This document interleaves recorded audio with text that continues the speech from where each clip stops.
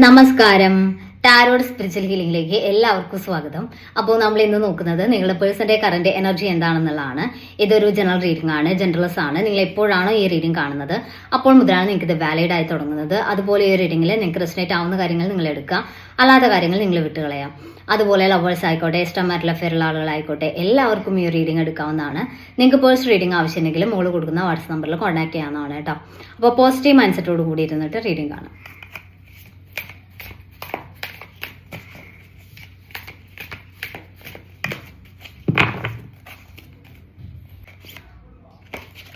Seven of cups എനർജിയാണ്.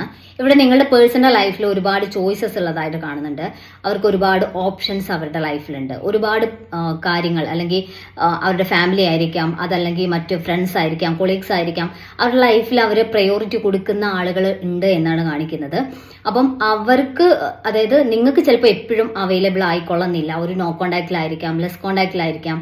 നിങ്ങൾക്ക് വേണ്ട ഒരു വാല്യൂ അവരുടെ ഭാഗത്ത് നിന്ന് കിട്ടുന്നുണ്ടാവില്ല. അതിന്റെ റീസൺ അവരുടെ പ്രയോറിറ്റി മറ്റു ആളുകൾക്ക് കൂടി ആ ഒരു പ്രയോറിറ്റി കൊടുക്കുന്നുണ്ട്.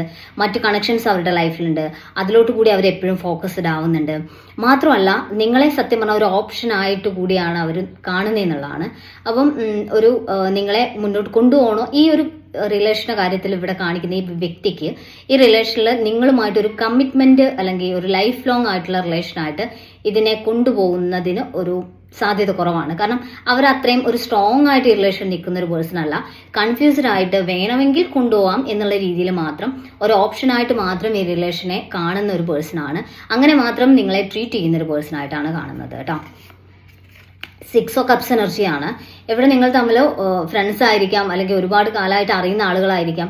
അങ്ങനെയൊക്കെ ആണെങ്കിലും ഈ പേഴ്സണ് ഇവിടെ ഒരു ഇമോഷണൽ കണക്ഷൻ ഉണ്ട് നിങ്ങളോട്. പക്ഷെ അവർക്ക് നിങ്ങൾ മാത്രം ഇമ്പോർട്ടൻ്റ്, അല്ലെങ്കിൽ നിങ്ങൾ മാത്രമാണ് അവരുടെ ലൈഫിലൊരു പേഴ്സൺ എന്ന് കരുതരുത്. അതല്ലാതെയും കണക്ഷൻസ് ഉണ്ട്, അതിനും അവർ ഇമ്പോർട്ടൻസ് കൊടുക്കുന്നുണ്ട്. അവർക്ക് റിലേഷൻഷിപ്പ് എന്നുള്ള രീതിയിൽ, അല്ലെങ്കിൽ അവരുടെ ലൈഫിൽ ഏറ്റവും കൂടുതൽ പ്രഷ്യസ് ആയിട്ടുള്ള ഒരു പേഴ്സൺ എന്നുള്ള രീതിയിൽ നിങ്ങളെ കാണുന്നില്ല എന്ന് തന്നെയാണ് കാണിക്കുന്നത്.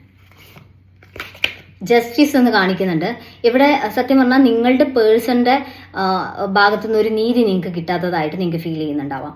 അവർ നിങ്ങളെ ആ രീതിയിൽ ട്രീറ്റ് ചെയ്യുന്നു. നിങ്ങൾ കൊടുക്കുന്ന സ്നേഹത്തിനോ നിങ്ങൾ കൊടുക്കുന്ന പരിഗണനയ്ക്കോ അനുസരിച്ചൊരു തിരിച്ചിങ്ങോട്ടൊരു റിയാക്ഷൻ അവരുടെ ഭാഗത്തു നിന്ന് ഉണ്ടാവുന്നില്ല.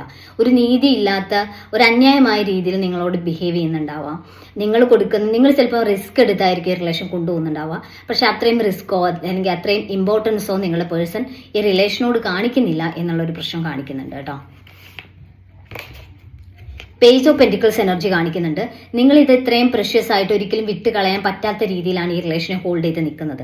നിങ്ങൾ ആരൊക്കെ എന്തൊക്കെ പറഞ്ഞാലും, ആരൊക്കെ എതിർത്താലും എനിക്ക് ഈ റിലേഷൻ വേണം, ഞാൻ ഇതൊരിക്കലും വിട്ട് കളയില്ല, ഇത് എൻ്റെ ലൈഫിൽ എന്നെ എൻ്റെ കൂടെ ചേർത്ത് നിർത്തണം, ലൈഫ് ലോങ് ഈ കണക്ഷൻ വേണം എന്നുള്ള രീതിയിലാണ് നിങ്ങൾ ഈ റിലേഷനെ പ്രൊട്ടക്ട് ചെയ്ത് കൊണ്ടുപോകുന്നത്. പക്ഷേ നിങ്ങളുടെ പേഴ്സൺ അത്രയും പ്രൊട്ടക്ഷനോ അല്ലെങ്കിൽ അത്രയും കെയറോ നിങ്ങൾ കൊടുക്കുന്ന പോലെ ഈ റിലേഷനിൽ കാണിക്കുന്നില്ല. Okay, the high priestess energy കാണിക്കുന്നുണ്ട്. ഇവിടെ ഒരു തേർഡ് പേഴ്സന്റെ ഇൻവോൾവ്മെന്റ് ശക്തമായിട്ടുണ്ട് എന്നാണ് കാണിക്കുന്നത്. അതും ഈ റിലേഷനിൽ നിങ്ങളുടെ പേഴ്സണ് ഒരു സ്ട്രോങ് ഡിസിഷൻ, ഈ റിലേഷനിൽ ഒരു കമ്മിറ്റ്മെന്റ് നിങ്ങൾക്ക് തരുന്നതിനൊക്കെ തടസ്സമാണെന്നാണ് കാണിക്കുന്നത് കേട്ടോ.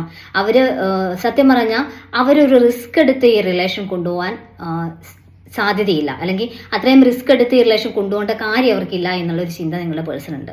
ഓക്കെ, അപ്പം ഇവിടെ നമുക്കൊരു സത്യസന്ധമായിട്ടോ ആത്മാർത്ഥമായിട്ടോ നിങ്ങളെ സ്നേഹിക്കുന്ന ഒരു പേഴ്സൺ അല്ല. ഒരു ഇഷ്ടമുണ്ട്, അതിനനുസരിച്ച് റിലേഷൻ കൊണ്ടുപോകുന്നു. എപ്പോൾ വേണമെങ്കിലും ഈ റിലേഷൻ അവരെ ഇറങ്ങിപ്പോവാം. അപ്പോൾ അത്രമാത്രമേ ഈ റിലേഷൻ അവർ സീരിയസ് ആയിട്ട് കാണുന്നുള്ളൂ. നിങ്ങൾ ചിലപ്പോൾ സീരിയസ് ആയിട്ട് ലൈഫ് ലോങ് കൊണ്ടുപോകാൻ എന്നുള്ള രീതിയിൽ നിങ്ങളുടെ ടൈം, എനർജി എല്ലാം ഇതിൽ ഇൻവെസ്റ്റ് ചെയ്യുന്നുണ്ടാവും. പക്ഷേ നിങ്ങളുടെ പേഴ്സൺ അതുപോലെ ഈ റിലേഷനെ കൊണ്ടുപോകാൻ ആഗ്രഹിക്കുന്നില്ല. അത്ര സീരിയസ് ആയിട്ടുള്ള റിലേഷൻ അവർ കാണുന്നില്ല, ഹാൻഡിൽ ചെയ്യുന്നില്ല. അപ്പോൾ അതുകൊണ്ട് തന്നെ ഇവിടെ ഈ ഒരു റിലേഷൻ സീരിയസ് ആയിട്ട് ഈ റിലേഷന് വേണ്ടിയിട്ട് ആത്മാർത്ഥമായിട്ട് നിൽക്കുന്ന ഒരു പേഴ്സണാണ് നിങ്ങളെന്നുണ്ടെങ്കിൽ നന്നായിട്ട് ചിന്തിച്ച് ആലോചിച്ച് മാത്രം റിലേഷനെ കൊണ്ടുപോവുക എന്നുള്ളതാണ് ചെയ്യേണ്ടത് കേട്ടോ. ഓക്കെ, അപ്പം നമുക്ക് കുറച്ച് മെസ്സേജ് കാർഡ് കൂടി നോക്കാം.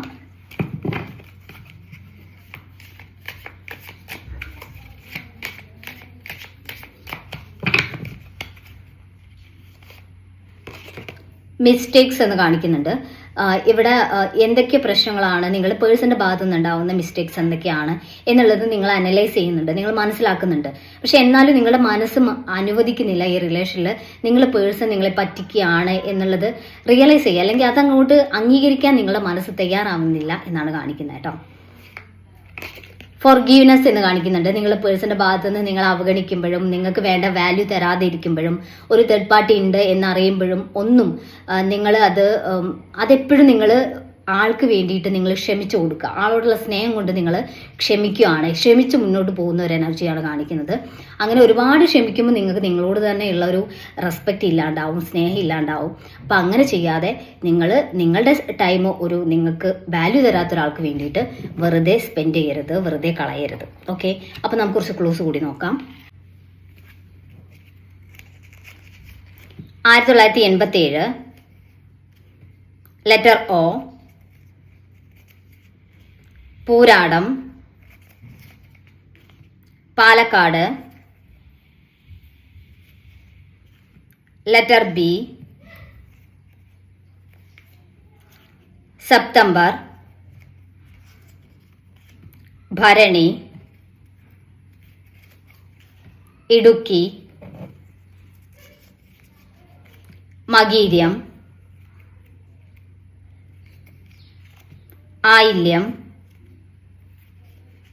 1999, പൂരം. അപ്പോൾ നിങ്ങൾക്ക് ഈ ഒരു റീഡിങ് ഇഷ്ടമാണെന്ന് വിചാരിക്കുന്നു. Thank you.